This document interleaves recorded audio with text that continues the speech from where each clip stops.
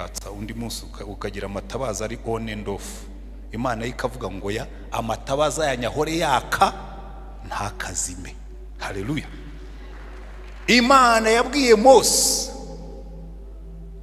igitabo cy'Abalewi baravuga ngo Mose ubwira Aroni bajye bacana igicaniro, umuriro wo ku gicaniro ujye uhora waka ntukazime.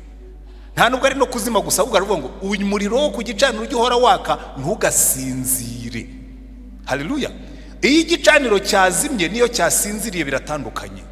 Hari igihe igicaniro kiba kirimo umuriro hakazaho ivu ryinshi, ariko wasesa ugasanga harimo umuriro, akabwira ngo igicaniro cyasinziriye. Ariko hari n'igihe gisinzira burundu nyine umuriro ugashiramo. Banga kuvuga ko igicaniro cyazimye, kuko iyo bavuga ko igicaniro cyawe cyazimye wavuga wamaze inka. Ariko ubundi Imana yaravuze ngo iki gicaniro umuriro ujye uhora waka ntugasinzire, ntihakazeho n'ivu, uhora uhungiza, iki uhore waka nka kiriya gihuru cya Mose kandi we gukongoka. Haleluya. Iki rero ni ikintu gikomeye cyane tugomba gutekerezaho cyane. Abantu benshi ndabazi batangiye bagurumana. Uza abantu baririmbaga muri korali, yamara kurongora agatangira hakazaho ivu, mu minsi mike ukabona ibya korali yabiretse. Wamubaza utari ko kutakiririmba muri korali, ngo rega ngo buryo umuntu yabyaye ngo no guhagarara imbere y'abantu ngo wonsa ngo ubona bisa nabi. Bisa nabi? Kuramya Imana se bishobora gusa nabi? Ahubwo wabaye munini nibwo biba bisa neza. Ukaza ukavuga uti kabisa naramyaga Imana afite ibiro 50 ubu ndayiramya afite 80. That's better. Umudiho uva mwitako. Mwambwiye ngo amen. Ariko uzareba abantu benshi baba bakoreraga Imana ari umucaci wode nari iki ngo yatangira kumva Imana yamuhaye umugisha ati ariko akariro gake. Rega n'abantu bakabikubwira tumva rero madamu cyo umenye uko usigaye ureshya, umenye uriwe muri kino gihe, uri umuntu mukuru, uri umuntu wakubona uririmba muri korali yavuga ngo iki? Yavuga ngo iki se nyine? Yavuga ngo ndi umumama uhimbaza Imana. Haleluya. Ariko abantu benshi bagenda biheza, wavuga uti tujye gukora umurimo w'Imana ngo murabona agenda ashaje. Ariko reka mbabwire jewe nta mugambi mfite wo gusaza mbingoroje ngo nje nicara mbabwire oya. Ahubwo hari abantu nagiye kwigisha rero barangura ariko ngo twumvise ko ugiye kujya mu kiruhuko kizabukuru ngo ubwo se ngo kugiye ndababwira nti ubwo ubu ngiye gucana umuriro urushijeho. Kuko buriya ubususuruke bwawe bungana n'ubushyuhe bw'umuriro wicayeho. Amen. Bungana n'umuriro wicayeho. Iyo wicaye ku muriro noto nuri urasusuruka ugenda unanuka nkawo. Warumva umuntu wose niyo muhuye wumva humura umuriro kavuga ati rwo umuntu avuye kota. Rero giye ndashaka kuzicara iruhande rw'umuriro ukongora. Niyo najya mbwiriza rimwe mu cyumweru cyangwa mu kwezi, ariko naza mukumva mpumura umuriro kandi mukumva harimo fire. Nta gusaza ukonja. Umubiri uzagira intege nke kuko niko imibiri ikoze. Ihema ririzinga. Ari mwabonye niko Paulo yanditse ngo iri hema dutuyemo ririzinga. Ubishaka utabishaka ririzinga. Ubuse ntimwaribonye ryatangiye kwizinga. Kabona wazanye iminkanyari. Sigaye ngira gutya namira. Kabona hano hameze nk'ijosi ry'inkoko. Hari utuntu ryata hema ryarizinze. Ririzinga. Ariko hari ikintu kimwe ntazemerera ko kimbaho. Ntabwo rizizinga iryo mu mwuka. Oya. Sinzi impamvu iyo ndirimbo bayigize y'abana. Murayizi indirimbo abana bajya barimba wagatabaza kangewe, wagatabaza kangewe, murika Satana mpuhe Yesu ngo murika, Satana muhanzi myashwi, Yesu ngo murika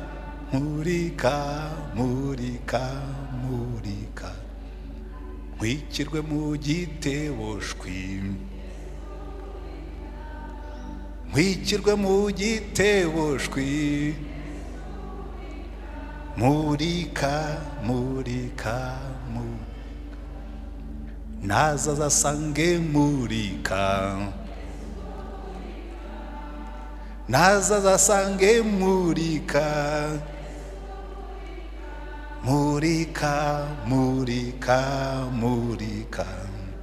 murikira bo mu Rwanda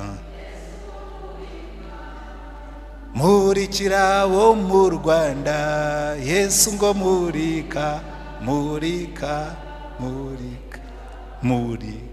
kono turirimbo twabana ariko ndayikunda cyane. Satana muhe anzimye oya nazaza azasange murika ni nazamuka nzazamuke mu igare ry'umuriro murika babone nciye mu kirere nkakibona umwe. Haleluya. Ariko buri hari ibintu umuntu atekereza ukumva urasubizwamo imbaraga. Nta kuzima, nta kuzimata, nta gukonja, nta kuba barafu, nta kuba kazuyazi. Tugomba gucana ikomera igakomera, iki itabaza ntirisinzire. Reka turebe ikintu cya kabiri gikomeye cyane. Niki gisinziriza abantu b'Imana? Kizimya mwoto. Satani umva naha mu rusengero zirahari, murebye mu nguni hari ahantu haba dore nahari irahamanitse nahari irahamanitse, nyine baba bateganye ko hari umuriro uzaka gushyiramo kizimya mwoto. Urero Satani nawe arabizi, iyo abonye dutangiye gucana amatabaza azana kizimya mwoto. Akubwira amadayimoni ati aba bantu rero ubwo batangiye kuvuga ibyo gucana amatabaza muzane kizimya mwoto, muzane ibizimya muriro. Buriya rero ibizimya muriro bya Satani Yesu yarabidusobanuriye nuko tutajya dutega amatwi. Icya mbere burya gitangirira mu bo turibo. Kizimya mwoto cya mbere, hari abakristo badafata umuriro, fireproof Christians. Abakristo badafata umuriro, hari materiel bajya bakora zidafata umuriro. Buriya nka ziriya ntebe zo mu ndege n'ibindi bintu byinshi bakora biba biri fireproof. Baravuga ngo iki kintu ntigifata umuriro, bisaba temperature ziri hejuru cyane kugira ngo gifate umuriro. Hari abantu rero b'abakristo nabo bari fireproof badafata umuriro. Hari materiel baciye muri kino gihe yitwa asbestos. Asbestos burya impamvu bakundaga kuyishyira mu mabati n'ibindi nayo iri muri ibyo bya fireproof. Asbestos ntabwo ifata umuriro. Kugira ngo asbestos izashye uba washyizeho temperature igeze nko muri dogere nk'ibihumbi 6-7. Ariko hari abakristo bakoze muri asbestos ntibafata umuriro, bari fireproof. Abantu badafata umuriro niyo wabwiriza 5. Yesu muri Matayo 13 yaravuze ngo hari abantu bafite imitima imeze nk'urutare, imeze nk'inzira bateraho imbuto zikaguma hejuru, Satani akaza akazikuraho. Asbestos ntibafata umuriro. Abantu benshi kuko turi mu mpera y'umwaka mwagiye mubona abantu benshi baza gutanga amashimwe. Buriya ni ikintu cyiza, mujye muhora mushima Imana. Reka buri muntu wese arebe umuntu muri iruhande hanyuma umusabire umugisha. Amen. Umugisha wuzuye. Buri umugisha wuzuye ubundi ufata ku bintu 4. Fata ku mubiri ukamusengera ngo abe muzima, abe mutaraga. Ahantu yose Yohana yanditse mu Rwanda aravuga ngo ndabasengera ngo mube bataraga mu mubiri nkuko muri bataraga mu mwuka. Haleluya. Mube bataraga mu mubiri, mube bataraga mu bitekerezo, mube bataraga mu byo mukora, ariko mube nabataraga mu mwuka, mube bazima mu buryo bwuzuye. Turagushimye Mwamana yacu. Reba abantu bose bateraniye imbere yawe, urambura ikiganza cyawe utanga umugisha ahangaha. Mwami Yesu turakwimitse uze uwo mwami w'iri teraniro. Ibirimo byose twebwe turebesha amaso y'abantu, ariko urebesha amaso y'umwuka. Imigambi ya Satani yose yaba afite kuri iri teraniro turayigwabije, turayihambiriye, tuyikubise hasi, tuyohereje kuzimu. Reka imbaraga zawe zimanukire gukorera muri iri teraniro. Reka umwuka wawe wenyine aba ari gukora imirimo ahantu. Imbaraga zawe zize, uwaje arwaye, uwaje arembye, uwaje afite intege nke, uwaje ababara aho ariho hose, zaba indwara z'uruhu, zaba indwara z'umubiri, zaba indwara z'imitsi, zaba iziri mu maraso, zaba iziri mu magufwa, zaba iziri mu ngingo, hariho hose, mu nda, mu mihogo, mu matwi, mu maso. Imbaraga zawe zimanukire gukiza izo ndwara zose kuko uri Imana ishobora kubikora. kandi mu izina rya mwami wacu Yesu Kristo turasengera baje baremerewe. Mwami Yesu waratubwiye ngo abarushye n'abaremerewe ngo bajye baza bagusange ngo urabaruhura. Ruhura umuntu wese waje arushye, aremerewe n'ibibazo bimugoye, aremerewe n'ibibazo bimunaniye, ayihebeshejwe nabyo, uvuga amahoro ku mutima we, ajya ryamasinzire, ajya rya bigere mu nda, uturisha imitima y'abantu bose bari hano, ibihangayitse byose babigukorere, kuko dufite isezerano y'uko uzatwikorera imitwaro. Rambura ikiganza cyawe ukore ku mitima y'abantu bose. Waratubwiye ngo umwuka wera naza ngo azemeza abantu iby'ibyaha n'iby'urubanza n'ibyo gukiranuka. Reka uyu munsi wemeza abantu ibyaha n'ibibasinziriza byose, n'ibibabuza kukumva, n'ibibabuza kugutega amatwi, uzibura amatwi y'umwuka, uzibura amatwi y'imitima yabo, kugira ngo bashobore kumva icyo umwuka babwira. Imbaraga zawe zikorere muri yo Mana, kumugisha ijambo ryawe, kumugisha ubwoko bwawe, ihesha icyubahiro, ushyirwe hejuru, utegeke ibikorerwa aha byose, kandi umwuka wera wari uyobora byose, mu izina rya mwami wacu Yesu Kristo. Amen. Amen. Amen.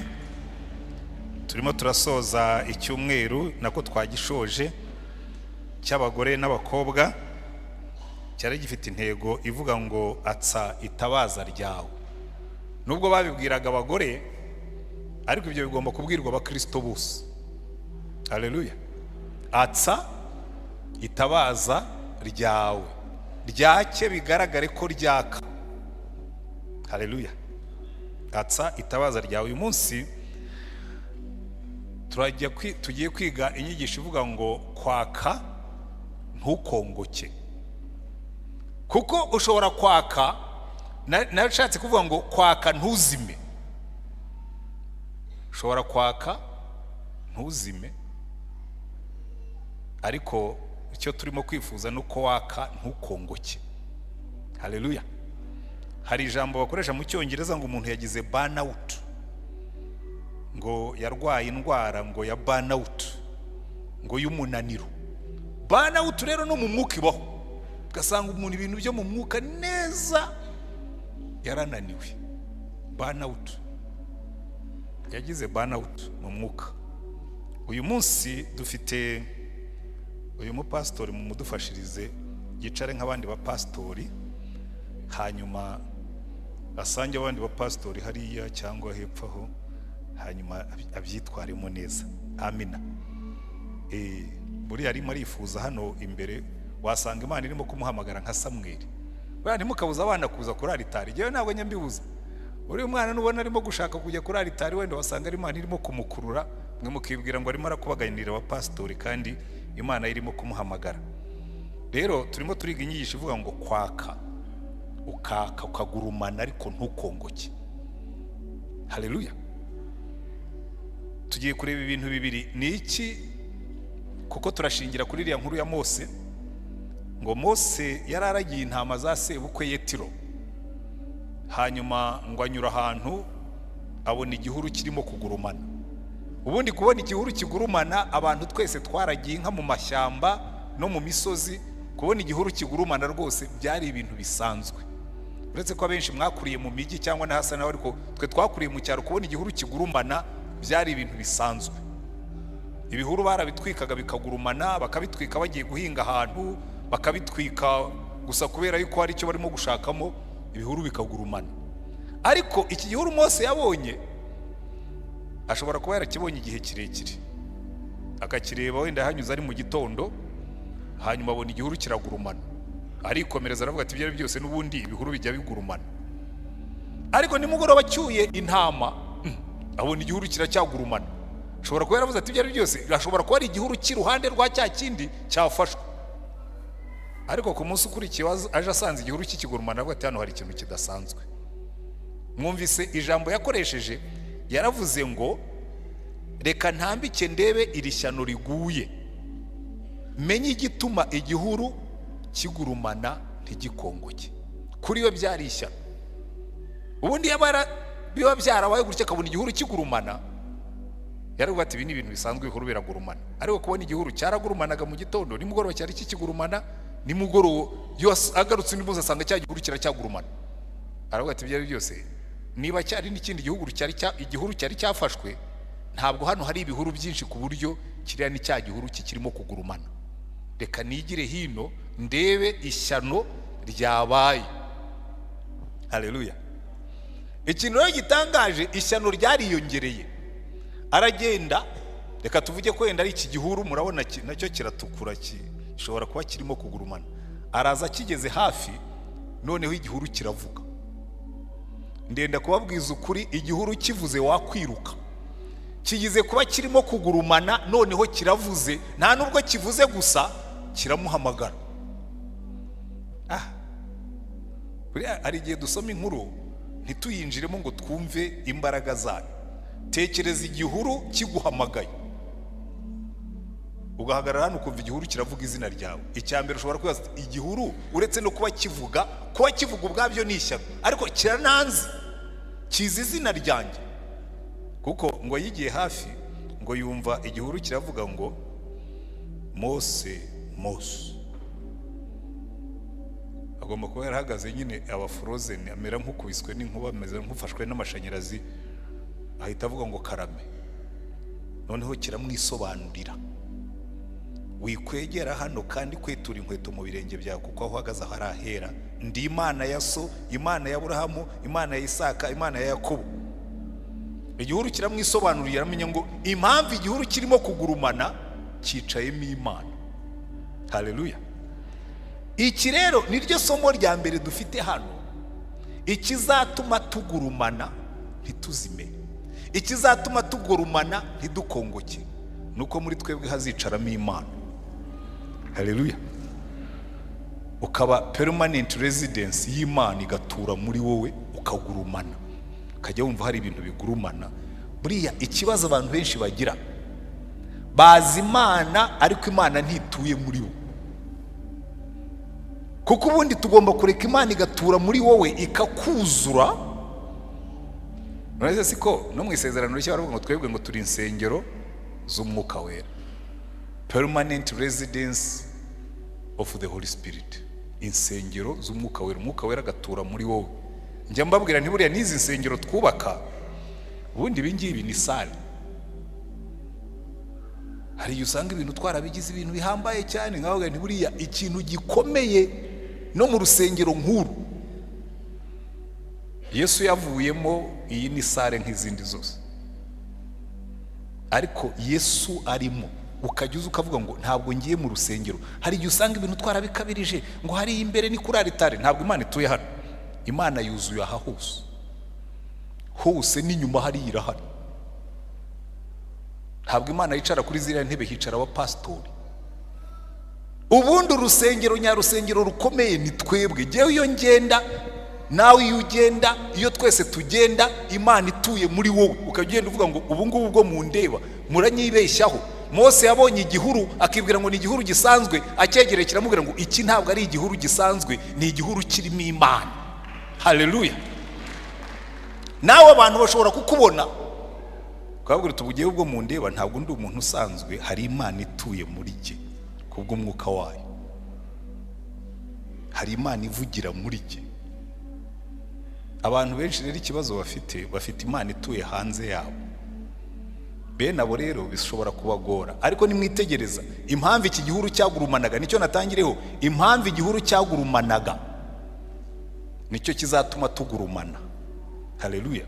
Mu gihuru hari hicayemo Imana, kandi Imana iteka ryose iyo yivuga, niyo muzitegereza ahantu hose muri Bibiliya nimusoma mukabona bavuga ngo Imana irimo kugenda, baravuga ngo Imana yacu ni umuriro ukongora. So it's a God of fire. Ni Imana y'umuriro ukongora. Imana izirana n'ubukonje.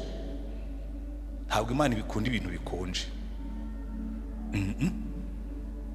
Yabwiye abantu birawudike, yarabwira ngo mva mufite ikibazo gikomeye cyane, kimushyushye nta nubwo mukonje, mwafashe impu zombi muri hagati. Birera ibintu bidasobanutse, kuko Imana iravuga ngo niba mwari mukonje byanyorohera kubasusurutsa, ariko iyo urakaza uyazi wumva udakeneye gususuruka. Kuko muzarebe niba umuntu agiye gukaraba, bakaraba amazi y'akazuyazi, kuko nta mbeho ibirimo, ariko nta nubwo abashyushye cyane ngo abe yagutwika. Ni akazuyazi, umuntu wese akwisangamo. Iyo uri akazuyazi abapagani bakwisangamo, ariko wajya no mu barokore nabwo bakakwisangamo ukaba akazuyazi, ukaza mu rusengero bakagukunda, wajya no mu bapagani bagafashwa, ukunda gusambana mukisambanira, ariko ukaza ukaririmba muri korari, ukaza ukabwiriza hano, ukaza ugakora imirimo, urakazuyazi. Ubuzuyazi, umva, ubuzuyazi bwuzuye mu nsengero nibwo butumwa ubwami bw'Imana butaza.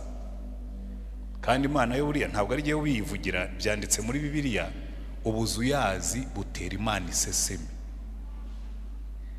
Ariko tekereza, reka mbereke impamvu akazuyazi gatera Imana iseseme. Tekereza ufite umugabo w'akazuyazi ugukunda, akagukundiraho n'abandi. Haro abagore bari hano ubwo murimo murabyumva, ukaba ufite umugabo w'akazuyazi akagukunda, ariko akagukundiraho n'abandi, kuko wowe mwisangamo ariko n'abandi bamwisangamo, ni akazuyazi. Noneho rero tuvuge nk'abagabo, nawe ufite umugore w'akazuyazi, twebwe byaba bibi kurushaho, kuko abagabo burya twebwe turi exclusive. Nta mugabo ukunda gusangira ibye n'undi. Aho biratoya, niba ugiye kuba akazuyazi ukankunda igice, ugakunda n'abariya ababajene b'abasore, ni naho bigaragara cyane. Ukaba ufite umukobwa utendeka, ukaba utendetse nyine ufite abandi benshi. Ariko nabonye muri kino gihe ngo bigezweho, ngo hari Yohana wishyura tagisi, hari na Matayo wishyura geto. Mujya mwumva umuntu biririmba bene abo bantu butuzuyazi. Nakwambia inzira nziza yo kutazabona umugabo no kugira Yohana wishyura geto, ukagira na Paul wishyura tagisi yigiyemo, ukagira n'undi ukugurira imyenda, n'abandi bose batondetse gutya. Iyo umwe muri bo bitahuye kwisha n'urukundo mwagiranaga, akazuyazi. Ariko ku Mana kenshi nuko twitwara, turutuzuyazi. Ariko Imana yacu yo ni Imana y'umuriro. Irakubwira ngo jewe ame consuming fire, ndi umuriro ukongora. N'umwuka wera amanuka, ntabwo yamanutse nk'isoko y'amazi, yamanutse nk'umuriro. Ibyo mu ijuru byose nyine ni fire, ni umuriro. Siko bimeze. Na Yesu yo yivugaga, yaravuga ngo genda umucyo w'isi, muri je nta mwijima. Umuriro, umucyo, umuriro ukongora. Ijuru rirangwa n'ibyo bintu, rirasusuruka, riramurika, riracana. Yarangiza akavuga ngo kandi niba munkurikira, namwe mugomba kuba umucyo w'isi, mukaba ndetse n'umunyu w'isi. Ikibazo rero kirimo abamadazi, abagore bamaze iminsi barimo gucana amatabaza. Ariko bambe hari igihe abantu bacana amatabaza icyumweru kimwe, hanyuma ibyumweru bikurikiyeho bakongera bakayazimya nk'uko twabigenzaga. Twajyaga ducana amatabaza tukamurikira inzu, twajya kuryama tukayazimya, hanyuma tukazongera kuyatsa undi munsi, ukagira amatabaza ari on and off. Imana ikavuga ngo ya amatabaza yanyahore yaka ntakazime. Haleluya. Imana yabwiye Mose, igitabo cy'Abalewi baravuga ngo Mose ubwira Aroni bajye bacana igicaniro, umuriro wo ku gicaniro ujye uhora waka ntukazime. Nta nubwo ari no kuzima gusa, ahubwo aravuga ngo umuriro wo ku gicaniro ujye uhora waka ntugasinzire. Haleluya. Iyo igicaniro cyazimye niyo cyasinziriye biratandukanye. Hari igihe igicaniro kiba kirimo umuriro, hakazaho ivu ryinshi, ariko wasesa ugasanga harimo umuriro, akabwira ngo igicaniro cyasinziriye. Ariko hari n'igihe gisinzira burundu nyine umuriro ugashiramo. Banga kuvuga ko igicaniro cyazimye, kuko iyo bavuga ko igicaniro cyawe cyazimye wavuga wamaze inka. Ariko ubundi Imana yaravuze ngo iki gicaniro umuriro ujye uhora waka ntugasinzire, ntihakazeho n'ivu, uhora uhungiza, iki uhore waka nka kiriya gihuru cya Mose, kandi we gukongoka. Haleluya. Iki rero ni ikintu gikomeye cyane tugomba gutekerezaho cyane. Abantu benshi ndabazi batangiye bagurumana. Uza abantu baririmbaga muri korari, yamara kurongora agatangira hakazaho ivu, mu minsi mike ukabona ibya korari yabiretse. Wamubaza utari ko kutakiririmba muri korari, ngo erega ngo buryo umuntu yabyaye ngo no guhagarara imbere y'abantu ngo wonsa ngo ubona bisa nabi kuramya Imana se bishobora gusa nabi ahubwo wabaye munini nibwo biba bisa neza ukaza ukavuga uti kabisa naramyaga Imana afite ibiro 50 ubu ndayiramya afite 80 that's better umudiho uva mwitako mwambwiye ngo amen ariko uzareba abantu benshi baba bakoreraga Imana ari umucaci wode nari iki ngo yatangira kumva Imana yamuhaye umugisha ati ariko akariro gake rega n'abantu bakabikubwira tumva rero madamu cyo umenye uko usigaye ureshya umenye uriwe muri kino gihe uri umuntu mukuru uri umuntu wakubona uririmba muri korari yavuga ngo iki se nyine yavuga ngo ndi umumama uhimbaza Imana haleluya ariko abantu benshi bagenda biheza wavuga uti tujye gukora umurimo w'Imana ngo murabona agenda ashaje ariko reka mbabwire jewe nta mugambi mfite wo gusaza mbingoroje ngo nje nicara mbabwire oya ahubwo hari abantu nagiye kwigisha ejo barangura ngo twumvise yuko ugiye kujya mu kiruhuko cy'izabukuru ngo ubwo se ngo kugiye ndababwira nti ubwo ubu ngiye gucana umuriro urushijeho kuko buriya ubususuruke bwawe bungana n'ubushyuhe bw'umuriro wicayeho amen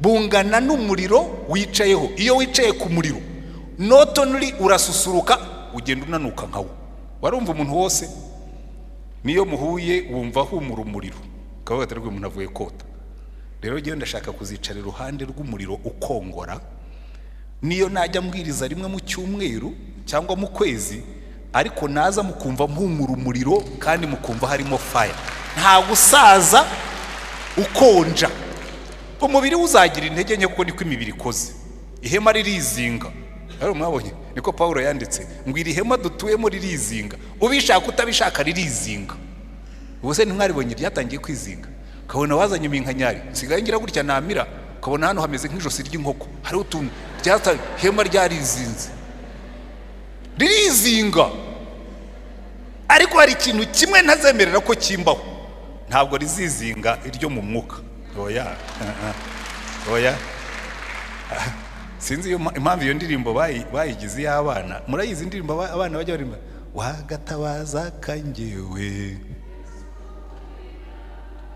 wagatabaza kangewe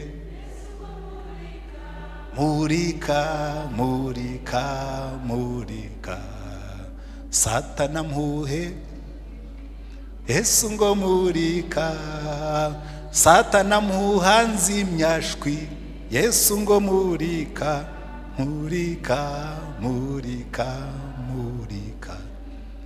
nkwikirwe mu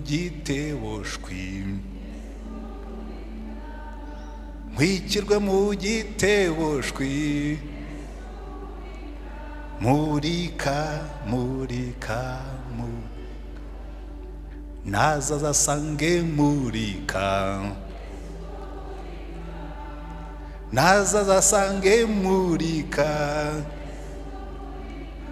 murikira abo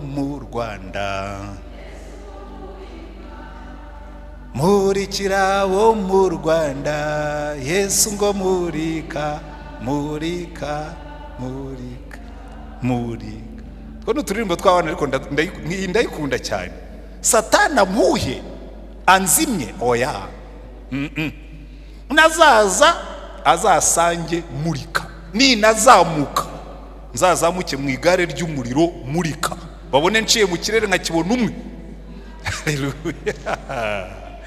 ariko buri hari ibintu umuntu atekereza ukumva urasubizwamo imbaraga nta kuzima nta kuzimata nta gukonja nta kuba barafu nta kuba akazuyazi tugomba gucana ikomera igakomera iki itabaza ntirisinzire reka turebe ikintu cya kabiri gikomeye cyane niki gisinziriza abantu b'Imana kizimya mwoto satani umva naha mu rusengero zirahari murebye mu nguni hari ahantu haba dore nahari irahamanitse nyine baba bateganya yuko hari umuriro uzaka gushyiramo kizimyamwoto. Buriya Satani nawe arabizi, iyo abonye dutangiye gucana amatabaza azana kizimyamwoto, akabwira amadayimoni ati aba bantu rero ubwo batangiye kuvuga ibyo gucana amatabaza muzane kizimyamwoto, muzane ibizimyamuriro. Buriya rero ibizimyamuriro bya Satani Yesu yarabidusobanuriye nuko tutajya dutega amatwi. Icya mbere burya gitangirira mu bo turibo. Kizimyamwoto cya mbere, hari abakristo badafata umuriro, fireproof Christians.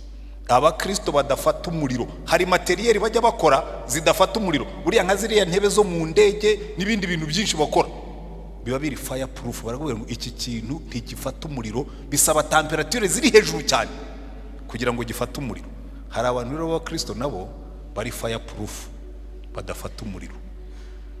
Hari materiyeri baciye muri kino gihe yitwa asbestos. Asbestos burya impamvu bakundaga kuyishyira mu mabati n'ibindi nayo iri muri ibyo bya fireproof. Asbestos ntabwo ifata umuriro. Kugira ngo asbestos izashye uba washyizeho temperature igeze nko muri dogere nk'ibihumbi 6-7. Ariko hari abakristo bakoze muri asbestos ntibafata umuriro, bari fireproof.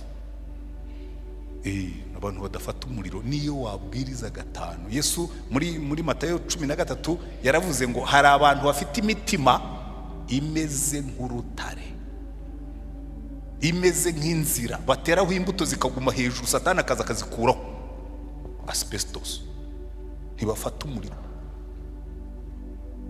Ushobora kuvuga ati ariko se nk'umuntu ngo oya, burya ubutaka bwose ushobora kubuhinga bukera, bisaba ngo nawe ubanze witekereza ariko bamuyihe kategori. Ariko abo ngabo reka mbihorera, badafata umuriro bo ba fireproof, badafata umuriro. Hari indi kategori y'abantu ni nayo isobanura ibyo maze kubabwira. Hari abantu baguye ivutu. Uzi icyo bita kugwa ivutu? Abantu bahaze, tugwa amazu vutu abiri. Hari ivutu rizimya umuriro wose. Ivutu rya mbere ni ivutu ry'idini. Hari abantu bagira idini ikababamo, bagakunda idini, bakagendera mu idini, bakanezezwa n'idini, bakishimira ko ari abanyedini, kandi mu bintu by'Imana akakubwira ko ari umunyedini. Wamubwira uti dukorera Imana, akagusobanura ko ari umunyedini, ugasanga idini yajimije umuriro. Ivutu ry'idini. Uza abantu babambye Yesu bari abanyedini, abatambyi bakuru, abafarisayo n'abanditsi. Abanyedini, kimwe mu bintu byica umuriro w'Imana habamo n'idini. Idini zimya umuriro w'Imana, abantu bakarengera idini, abantu bakakubwira ukuntu twebwe rwose turi abanyedini. Ukabwira umuntu ariko ukwiye kwakira Yesu, ati ibyo ndabikurusha, nabivukiyemo, nize Sunday school, narabatijwe, narakomejwe, nahawe igaburo ryera. Nta fire, yikundira idini gusa, nta muriro. Ivutu ry'idini. Idini nyinshi itera ubukonje. Buriya muzasoma ibitabo bya Eastern Africa Revival. Ububyutse bwatangiriye mu Rwanda, bufata Uganda, bufata Tanzania, bufata Kenya. Intambara ya mbere yo kugabanya umuriro w'ububyutse yavuye hano ku Gatuti mu bapastori bambaye amakanzu. Ni ibintu byanditse, ntabwo ari ugusebanya. Ni ibintu byanditse. Baratangira bavuga ati ibi bintu by'abarayiki bihaye kuvuga ubutumwa akaba aribo bavugwa, twebwe tukaba dusigaye baradushyize inyuma batwita abapagani, tugomba kubigabanya. Mugabanya akariro gake na feri neza, buhoro buhoro bagenda bakanda umuriro, ugeze aho uba comfortable ubidini. Byorohera abantu burya kuba mu idini, kuko idini nta kigusaba. Idini gusaba kubahiriza imihango gusa, nta kigusaba kureka. Ni nacyo kibazo dufite muri kino gihe. Umuntu uramubwira tukwiriye gukizwa, ukava muri ubwo businzi ati twe turabangirikani, twinywera itabi n'inzoga, tukaririmba muri korali.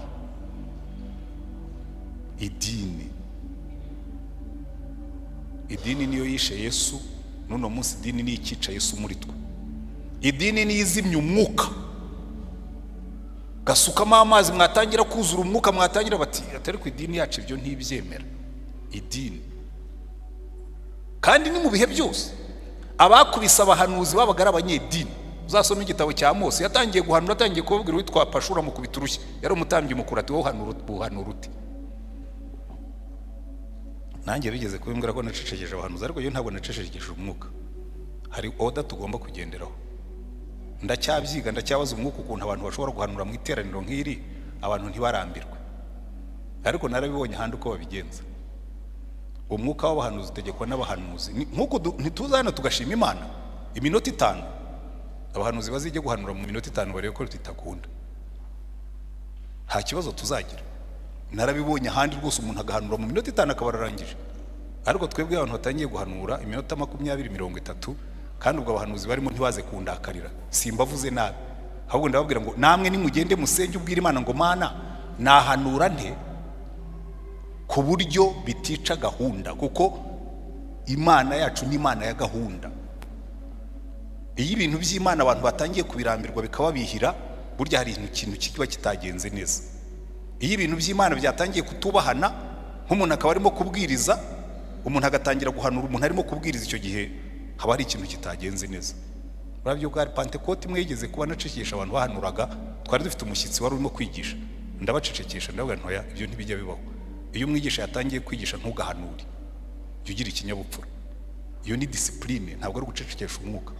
N'abantu babyibeshyaho, kuko hari abakristo bamwe bampaye romarike ngo ariko ngo ujye ucecekesha umwuka wera. Ngewe nemera umwuka wera ndanamwumvira, ariko nanize n'uburyo umuntu akorana n'umwuka. Umwuka ntabwo ajya ateza akajagari, ntabwo ajya aza yidumba gutya ngo yice gahunda.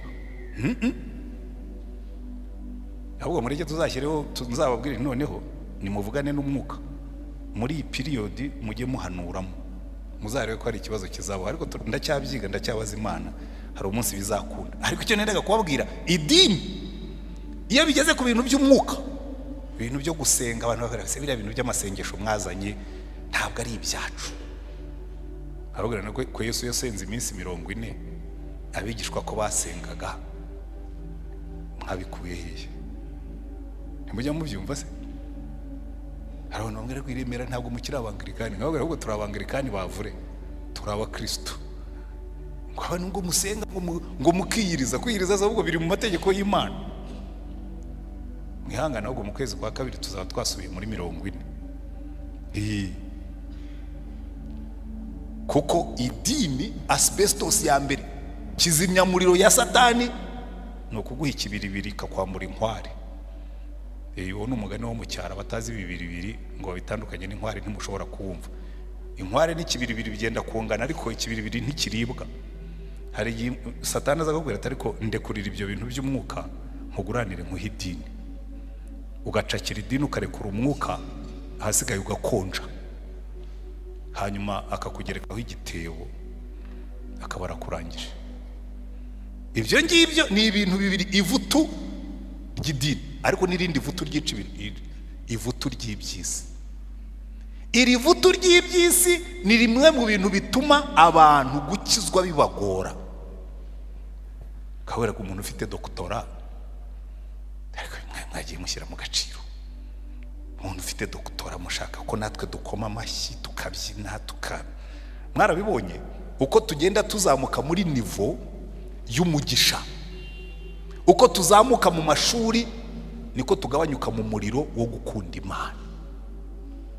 Uko tuzamuka mu cyubahiro niko tuzamuka mu muriro wo gukunda Imana. Uko tuzamuka mu bukire niko tumanuka mu muriro wo gukunda Imana. Byo mubyitondere, kuko imwe muri kizimyamoto Satani yabonye ni imigisha y'Imana.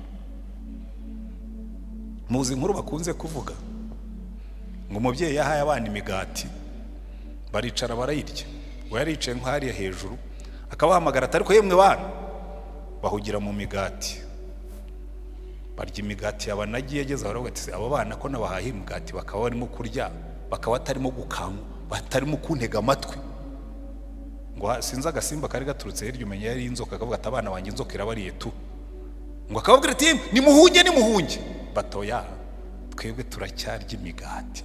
Noneho afata amabuye arayabatera. Atangiye kubatera amabuye babona gutega amatwi. Hari abantu bazatega Imana amatwi ari uko yabateye amabuye. Hari abantu badashaka kumva Imana iyo ibyago bitaraza. Umuntu akagira gutya koma bakamujyana Faisal. Aro pasteur waza ukajya kudusengerera umubyeyi wacu ari muri koma. Ukagenda ukajyayo ugasanga umuntu ntiyumva. Basi gerageza uvuge wenda arabyumva, buriya riga arumva nuko adasubiza ariko arumva. Wambwiye nkaza kumubwiriza cyumva kucyurindira yagiye muri koma akaba ari gumbwira ngo ninze kumusengera. Ese waje nka gusengera ukiri muzima, kuki bagomba kuzaza kugusengera ari uko wagiye muri koma? Muzumve, nta muntu ujye guhamagara ngo uzaze utubwiriza ubutumwa iyo bakimerewe neza. Bakora iminsi mikuru ntibashyiremo ijambo ry'Imana, banarishyiramo rikaba risengesho ritagira icyo rihindura, ariko babona ibyago byaje bati muze kudusengera. Ivutu ry'ibyiza. Hari abantu mwakizwaga Imana itangiye kubaha promotion. Numvise umukuru w'itorero shingiro rya Kabuga bivuga, hari igihe burya mushima Imana nkavuga nti kizimyamwoto zirimo ziriyongera. Umuntu aba yakodeshaga gahora asenga Imana kubera yuko nyirinza mumereye nabi, yamara kubona iyo nzu akagabanya amasengesho we ntabagisenga ko ntacyo afite asengera. Umuntu akaba yicaye yahembwaga makeya no kurya byamugoraga, Imana ikamuha promotion y'umushahara ukiyongera no gusenga akabigabanya. Umuntu akaba yagendaga n'amaguru asenga Imana, yabona imodoka ibyo gusenga Imana akabyihorera. Wamubwira utari ko kutakiza gusenga ngo erega urabona ngo tuba twagize akazi kenshi muri weekend, ubwo arimo arinanura kuko yarayaryamye atinze arimo kwinjoyinga imigisha y'Imana. Urabona nyine tuba twagize weekend ndende kuva kuwa gatanu nimugoroba twari muri party yo kwa Rukwatage, ejo kuwa gatandatu twagorobereje kwa Dr. Ntarindwa tugeza saa 8 y'ijoro bukabisa kujya gusenga, turananiwe. Kizimyamwoto ntimujya mubibona se? Umuntu yasengaga Imana akiri secondaire yakwinjira university agatangira kugenda buhoro iby'Imana akabigendamo buhoro kuko arimo arunguka status, afite uko agenda agatangira no guhindura imvugo n'ingendo. Yagura akamodoka akagenda azunguza urufunguzo ngo ariko utakiza gusenga ngo vraiment mujye mumbabarira ngo hari ibintu bimwe na bimwe, ariko Mana y'isi n'ijuru ujye uduha umugisha. Ariko reka Imana iduha umugisha, ariko umugisha udutere umwete, ahubwo uko itwongerera umugisha tuyongerera amashimwe, uko itwongerera umugisha twongereho kuyikunda, uko itwongerera umugisha tuyongereho kuyubaha. Muzitegereza abakristo benshi batanga icyacumi iyo bagifite udushahara dutoya. Biroroshye cyane gufata telefone nkakanda, mfite salary y'ibihumbi 10 nkakanda 1000, icyo cyacumi rwose kiroroha cyane kugitanga.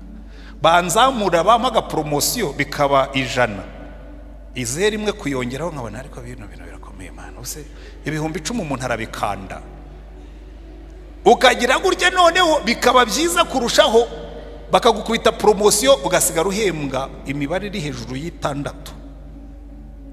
Haleluya. 6 miliyoni na ubwo iba yabaye 7. Ukareba songo koko nzifata nkandi mibare 6 nyohereze kuri momo ibihumbi 150. Reka mbabwize ukuri, iyi ni intambara ikomeye cyane, ikizimyamwoto. Jewe kera ngiye nkunda guha abantu ubuhamya kuko iyo ntambara narayirwaye. Ari igihe ku kazi twahembwaga amafaranga make pe nkikora muri AAA. Noneho tuza kugira umugisha uko tugenda tuzamuka, Imana igenda iduha umugisha, twabisengeye twabyingingiye dushima, biza kugera ahantu senior management nitwe twari tugezeho kuzamuka, ni nanjye wabayoboraga. Ndavuga nti rero senior management turazamutse turagurutse, nkubitana n'ibintu bibiri. Umwaka twazamuye imishahara nibwo leta yazamuye ikintu cyitwa pay as you earn, pay. Murayizi imisoro ibihumbi 30 byo hasi bakabikataho 0, hagati ya 30 na 70 bagakataho 20%, ibihumbi 14 bikaba birirenze hejuru y'ijana bagakataho 30. Ndabireba niye baba we, umunsi twazamuye umushahara nabo bazamuye imisoro. Mbwira ko ntabure ntiryo tegeko ngiye kuryiga turebe ukuntu tuzarikwepa. Ndagenda ndabyiga, ubu rero ngira ubwonko bushobora kugukorera plan plani ndagenda ndabyiga mbona inzira zirenze zingahe ushobora gucamo niyo bazana revenue ukoreye mu ijuru uretse ikozwe n'Imana ubwayo n'abamarayika nari kubakwepa bigakunda maze gukompoza ibintu nabishyize ku murongo numva Imana irambwiye ngo nuko rero wirirwa usenga ngusengera igihugu uyoboye amanyamasengesho Mana aho igihugu cyacu iterambere Mana aho none ubaye umujura ugiye kwiba imisoro naguhaye umugisha iguhinduye umujura ndapfuka mubwira Imana ariko Mana urabona nawe ujye ushyira mu gaciro gusa ntubibona ko ari expression ndajyaga nkora icyo gihe narayihariye ngo tugiye kujya dukora leta ihembwe nari maze imbisi mbivuga narabibaze nawe tugiye kujya dukora leta bari ihembwe Imana irambwira ngo iryo jambo sinzongere kuryumva abasora mu basorere umukiranutsi azabeshwaho no kwizera naragiye mbwira ko nawe ndamubwira ni bya bindi byose mu bisibi plani nari ntayibahaye ariko sinigeze nyishyira hanze gusa narihannye turi mu masengesho ndababwira ni mu nsengere ejo nagiye kwiba baramfata Timoni dawacu yagiye kwiba buriya nzi gukora daramani ndababwira ni naraye maze amasaha 2 niga ukuntu tuzakwepa imisoro Imana iraza imfata ku ijosi irambwira ngo wamujura we ugiye kwiba igihugu tanga imisoro ubikitegererezo ubugiye ndi mu bantu basora ntaciye hirya no hino kuko ni Imana yamfashe ntabwo ari leta jewe Imana yaramfashe hari gihe nagiye kwishyura ikibanza umudamu arareba arambwira ati se ati warakererewe ariko ndabona hari effective uyu mwaka nawe ushatse nawuze ndabizi ko nishyuye ariko nta arambwira ko nta preve rero ugura yishyura ni nta kibazo mbarira nyishyura agerageza kunyorohereza namwe yabare nyishyure kuko giye mfitanye urubanza n'Imana sinshobora kubeshya genda umuntu w'Imana niba ari umusoro ndawutanga ukuri ni hasigara make mbe muri ayo ngayo ntabwo ndi umujura noneho bigera ku cya 10 narese ngize umusoro nkubisemo icya 10 nsanga wayemeje Mana we imibare 6 nzajya nyisinya icyo cyakora icyo gihe byagize umumaro nari ni mu kikabuga sanga pastor byaranamugoye nari maze mfite nk'amezi nk'abiri ntatanga icya 10 hano ubundi nari umukristo wa hano banyuhereza ikabuga sanga pastor imburya Imana yacu ni Imana igira imibare ndabona ndi pastor ubu ngubu rwose uterere ugira amahoro icya 10 cyanjye cyonyine gishobora kugutunga n'iyi paruwase tukaguhemba ntabwo yashobora kubyumva ko hari abantu bahembwa bagatanga icya 10 cy'imibare 6 kuko yaramenyereye abantu bazana 500 100 igihumbi nijye waparikaga imodoka icyo gihe abandi bagaparika ibirenge nta n'igare ryari rihari ntimuzakonjeshwe n'umugisha w'Imana ikizimyamoto ntabwo umugisha ukwiye kuba kizimyamoto niba wakundaga Imana uri umukene uzakunda Imana kuko yagukijije niba wakundaga Imana uri umwana ukunda Imana kuko wabaye umusore niba wakundaga Imana udafite umugabo ukunda Imana kuko yaguhaye umugabo abana ntibazakubuze gukunda Imana ngo uvuge ngo nabyaye abana ngo sinshobora uzi kubona imigisha ari igiye kugukonjesha wabyara abantu ukareka gusenga wabyara abantu ukareka kuririmba ngo nimpagarara imbere hari bazabona yuko ngo sigaye ngo mfite igituza kigari jya uhagarara ahubwo werekana ko ufite igituza kigari kuko wongeje abana bihinduka ishimwe aho guhinduka ikimwaro mwabwiye ngo amen ariko reka mbongereho ibindi bibiri hanyuma dusoze nabonye abageni tugiye gusezeranya mu mwanya batugezeho kizimyamoto number 3 iyi yitwa Yesu yaravuze ngo hari abantu bubaha Imana ngo hanyuma hazaho ibigeragezo no gutotezwa buriya rero abantu bibwira ko gutotezwa ari igihe hajeho abantu badushyira muri gereza gutotezwa kwa mbere yewe ugira gutya wamara kuba umusirimu waririmbaga muri korali kabona umukobwa mwiza muremure w'umumisi yajyaga aririmba muri korali hanyuma bakazamweretse nawe uracyari umuturagete koko uri umuturagete uhagarariye ukizunguza kandi ufite status neza iyo niba hari persecution niba hari igitotezo kijya gikonjesha abantu no kugendana nabo mureshya bakabona muri korali haririmbamo abashomeri n'abantu b'abanyeshuri badafite n'iki ariko umaze kugira status ba diregiteri bajya ngaho bamwakuze ari mwakuzicaye wamara kukuzamura waba diregiteri w'ikintu ariko biriya ntabwo bigihuye n'uwo ndiwe. Uzaza dukorana agasanga ndirimba muri korari azagira ngo ndacyari umuturage. Iby'Imana ukabiparika, ikizimyamoto kikaba cyagufasha umuriro ukagabanuka. Barakuzamura bakugira minisita wajya gukora mu murimo w'Imana ukagabanya no kuza gusenga. Bakugira fandi akanyenyeri kakwiyongeraho akiyongeraho none hazaho cya kindi kinini wajya guzunguza amaboko ukayamanura kuko biba biremereye.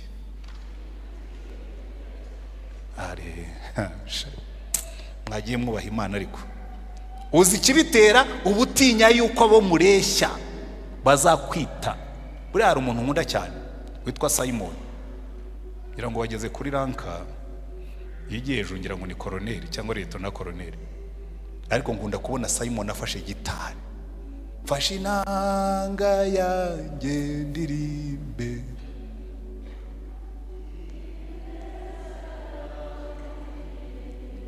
Ufata inanga yawe uririmbira Imana ufite inyenyeri ku rutugu kuko zimanuka zivuye mu ijuru. Kuba Imana yagushyize inyenyeri ku bitugu ntibivuga ko wayisumbye, yiri hejuru cyane. Uriya mugabo ndamukunda cyane. Hari n'abandi nkunda cyane nk'abo ngabo. Twayaga tugendana na minisita muri Gande, ndibuka hari igihe twigeze gukora amasengesho yo gusengera igihugu. Imvura iragwa, nige na muri Gande twari dufashe banderole ari imbere. Ndamubwira ati ko imvura iguye saba abantu, arambwira ati nkubwire nitujya kugama ntabwo iki giterane cy'amasengesho kiriho, reka tuyigende mitunyagire. Uzi gufata banderole na minisita wa foreign affairs mukagenda imbere y'abantu bakavuga ngo na minisitiri imvura yamunyagira agasengera igihugu. Imana izamuhishimira. Ntuzatinye kubahisha Imana kuko yakubahishije cyane. Ariko abantu benshi Imana imaze kutuzamura, erega no kuzamuka mu gipastori kanoni acidikoni baguha karedi gato. Wiyo mba n'ibishopu mba nambaye icyaredi kinini, twebwe bacidikoni na bakanoni twambara dutoya nyine nakangaka nakagashumi. Ariko ugasanga umuntu ntashobora gusenga, ntashobora kwiza ngo ariko se ngo waza ngo agasanga ngo ndimo kwigaragara ku misambi ndacidikoni. Uri aci what? Uri aci Yesu, uri aci Mungu data wa twese, uri aci Mwuka. Imana ibaho umugisha. Ibi byose rero, ibi bizimyamwoto, hari icyanyuma ndangirijeho, reka mbumbe Bibiliya kuko nshobora kugira temptation yo kongeraho ibindi. Hari ikizimyamwoto cyitwa amaganya n'ibihendo by'isi. Amaganya,